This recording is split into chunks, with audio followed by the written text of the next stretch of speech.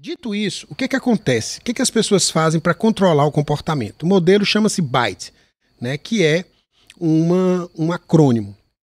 BITE significa 4 tipos de controle que se exerce sobre uma pessoa, né, sobre um adepto quando se quer criar um culto, né? O B refere-se a behavior, ou comportamento. O I refere-se a information, ou informação. O T refere-se a thought, ou pensamento. E o E refere-se a E, ou emotion, que a gente vem discutindo até agora, tá? Então vamos atrás do behavior control. Como se dá esse controle do comportamento?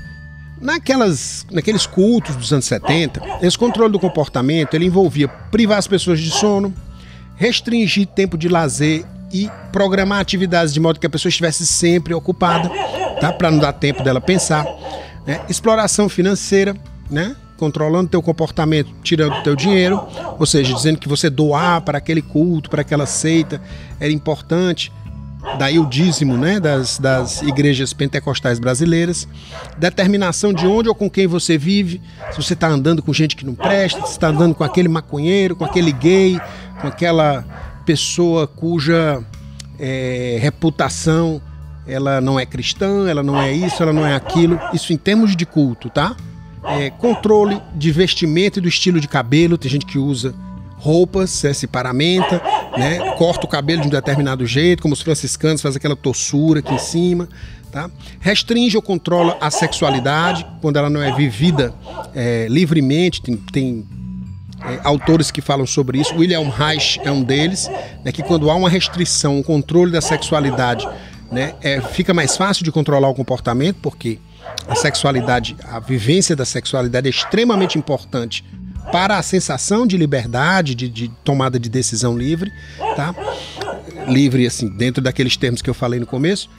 A promoção de dependência e de obediência, então obedecer vira um valor, ser dependente daquela comunidade vira um valor, tá? Requer que você busque permissão das autoridades daquele culto para decisões centrais da sua vida, tá?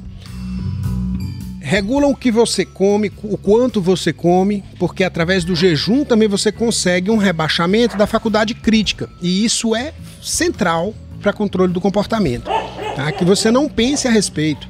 Porque se você pensar a respeito, você pode pensar criticamente, criticar quem está lhe controlando, e aí a relação de controle se inverte, né? E aí ou você se controla de volta, faz um contra-controle, ou então você simplesmente se afasta, para não se expor àquela atmosfera que começa a ficar tóxica para você, tá? E a modificação do comportamento clássico, né? Com recompensa e punição, né? Fez uma coisa certa, ganha elogio. Fez uma coisa errada, aí paga uma penitência, ok? Como é que isso acontece, esse controle de comportamento, em termos do bolsonarismo? Hoje em dia, a gente não precisa mais reunir as pessoas e obrigá-las a ficarem ocupadas o tempo inteiro durante a noite para elas perderem o sono. A gente tem telas iluminadas que impedem a formação de melatonina e, consequentemente, as pessoas já têm perda de sono. As pessoas dormem de 4 a 6 horas hoje em dia, a maioria delas, em média, né? Quando o ideal é dormir de 8 a 10 horas, tá? Então as pessoas já têm o seu limiar de crítico rebaixado por causa dessa privação de sono, que é um fenômeno mundial, coletivo. As pessoas normalmente estão sob um estresse, ou seja, o estresse que se coloca nos ashrams, nos retiros, né, de atividades contínuas e tudo mais, principalmente atividades manuais, físicas, né, que o sujeito está ali ocupado, o corpo está ocupado por inteiro.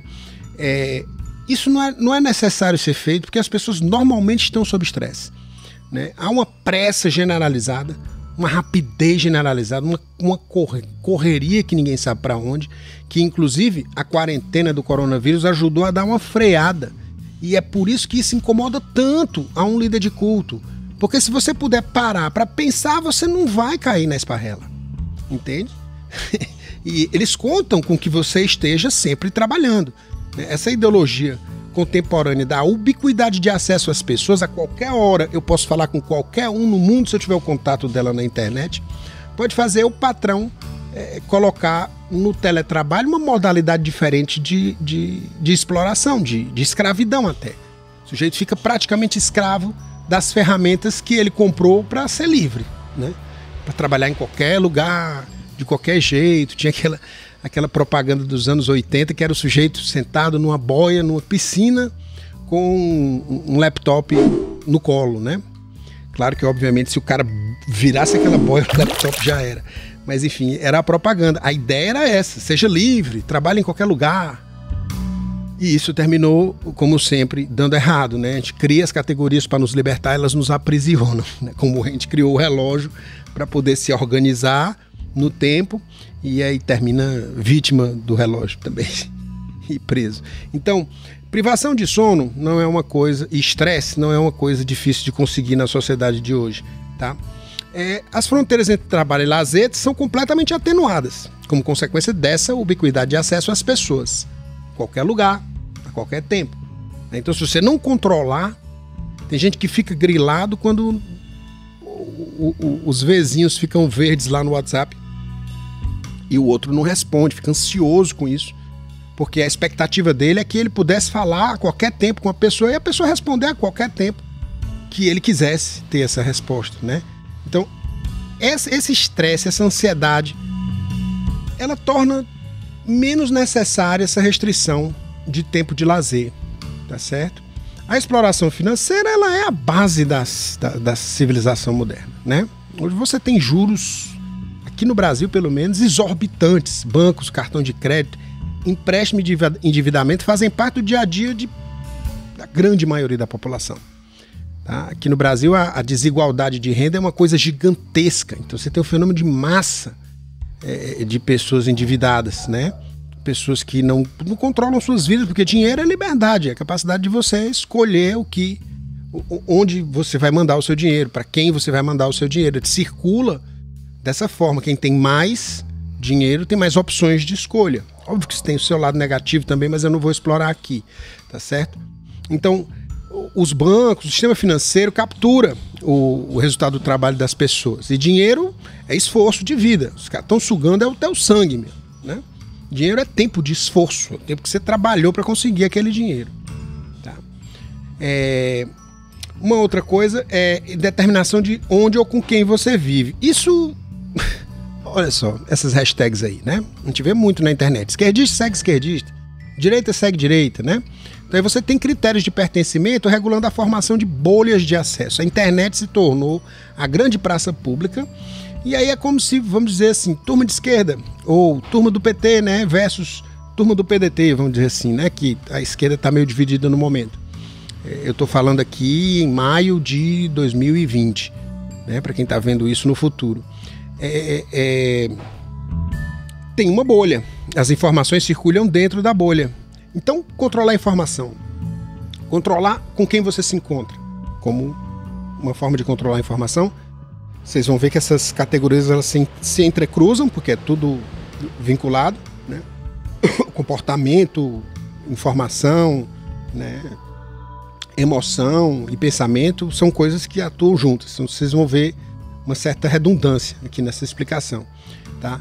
A gente fica nas bolhas, então o grupo determina com quem você vive, ou seja, o grupo que tuita junto, o grupo que coloca as mesmas coisas na timeline do Facebook, que acompanha um ao outro. Tá? E os algoritmos dessas redes sociais não ajudam muito, porque eles tendem a mostrar mais do mesmo e você fica preso dentro da bolha. Ou seja, todas aquelas limitações dos anos 70 são desnecessárias hoje em dia. Não é mais necessário controlar isso. Tá? O controle da vestimenta e do estilo de cabelo, né? O exemplo mais extremo é aquele corte de cabelo dos norte-coreanos, né? Que é igual ao do Kim Jong-un, né? E aqui no Brasil você vê pessoas de livre e espontânea vontade, que a gente já falou que não é tão vontade assim, fazendo tatuagem do 17, Bolsonaro, bandeira do Brasil, se apropriando dos símbolos nacionais para representar aquele grupo. E aí eles botam aquelas bandeirinhas no Twitter, né?